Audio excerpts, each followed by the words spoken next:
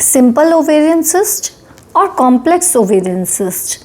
Patients बहुत confuse रहते हैं कि ये सिंपल ओवेरियन सिस्ट क्या होती है, कॉम्प्लेक्स ओवेरियन सिस्ट क्या होती है, ओवरी की कौन से सिस्ट में सर्जरी करने की ज़रूरत होती है, कौन सी सिस्ट या कौन सी गिठान चिंता वाली होती है और कौन सी ओवरी की गिठान या सिस्ट बिना चिंता वाली होती है। ये लोगों को काफ़ी कन्फ्यूजन रहता है। उनकी सोनोग्राफी रिपोर्ट होती है या तो सिंपल ओवेरियन सिस्ट या complex ovarian cyst.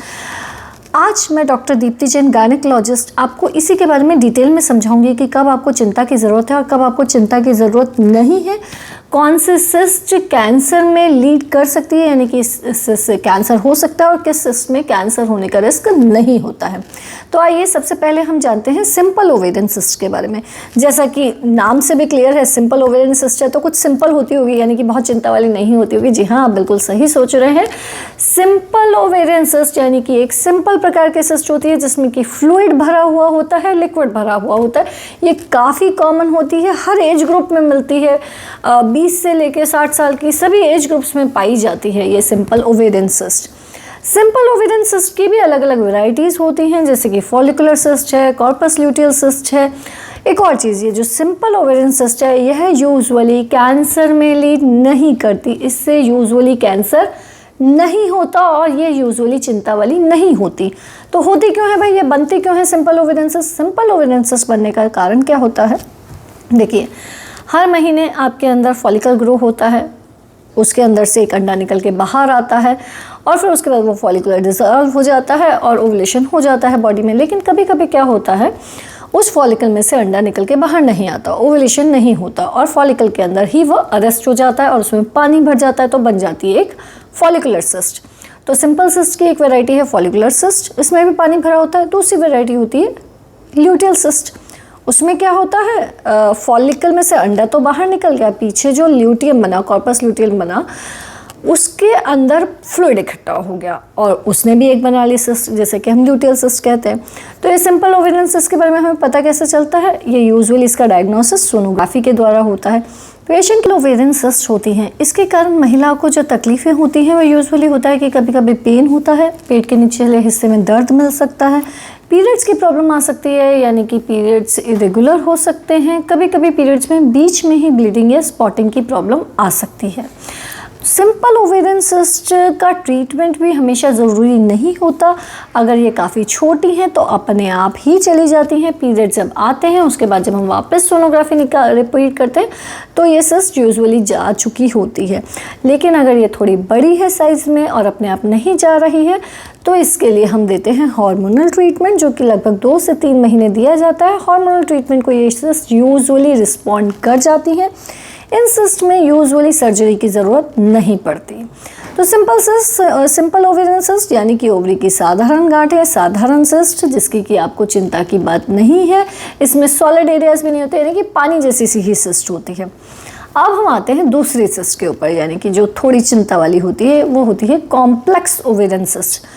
Complex ovarian cyst नाम से ही लग रहा है ना, कॉम्प्लेक्स है यानी कि कुछ इसमें चिंता वाली बात होगी। जी हाँ, अगर आपकी रिपोर्ट है कॉम्प्लेक्स ओवेरियन सिस्ट तो हम उसे लाइटली नहीं ले सकते।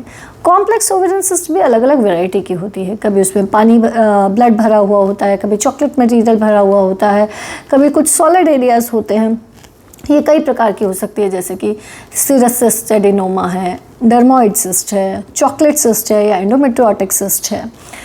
ये जो कॉम्प्लेक्स ओवेरियन सिस्ट होती है, इससे जो महिला को सिम्टम्स होते हैं वह यूजुअली पेट के निचले हिस्से में दर्द हो सकता है, ब्लोटन अप सेंसेशन हो सकता है, यानी कि जी घबराना, उल्टी जैसा लगना, पीरियड्स की इरेगुलरिटीज़, साइकिल इरेगुलर होना, पीरियड के दौरान काफ़ी दर्द होना जिसे हम हमारी भाषा में डिस्मेनोरिया कहते हैं, रिलेशनशिप के दौरान दर्द होना जिसे डिस्पेरियोनिया कहा जाता है, प्रेगनेंसी प्लान करने के अंदर दिक्कत आना, यानी कि महिला हो सकता है कि प्रेगनेंसी प्लान कर रही है लेकिन कंसीव नहीं हो रहा, यानी कि प्रेगनेंसी ठहर नहीं रही, बच्चा रुक नहीं रहा, तो ये तकलीफ़ें भी आ सकती है। कभी कभी ये सिस्ट अगर ये ब्लैडर के ऊपर झुकी हुई हैं तो यूरिन करने में तकलीफ़ भी दे सकती है, यूरिन के टाइम पे दर्द दे सकती हैं।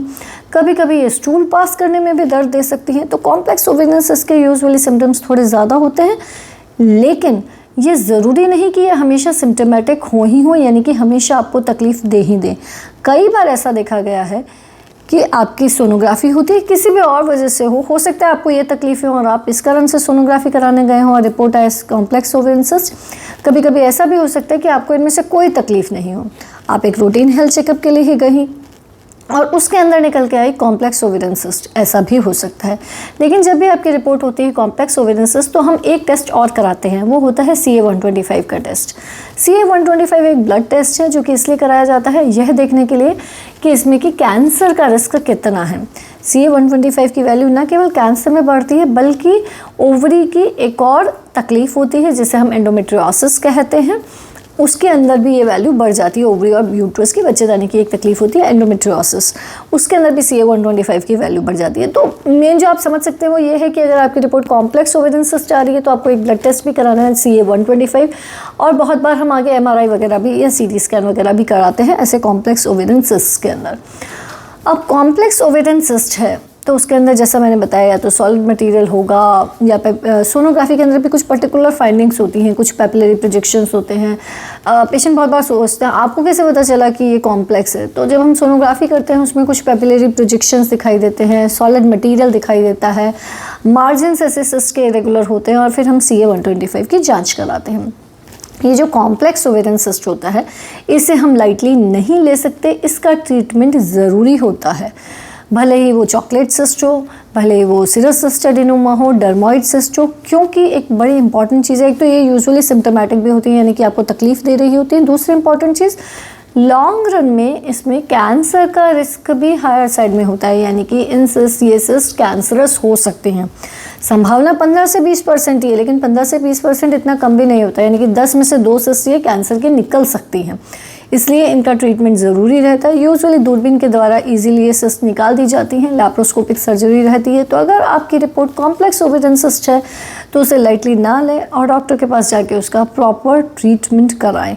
आई होप मैं आपके सिंपल और कॉम्प्लेक्स ओवेरियन सिस्ट के कन्फ्यूजन को दूर कर पाई होंगी, लेकिन फिर भी अगर आपको कोई कन्फ्यूजन हो तो आप कमेंट बॉक्स में लिख कर पूछ सकते हैं। चैनल को सब्सक्राइब कीजिए। धन्यवाद।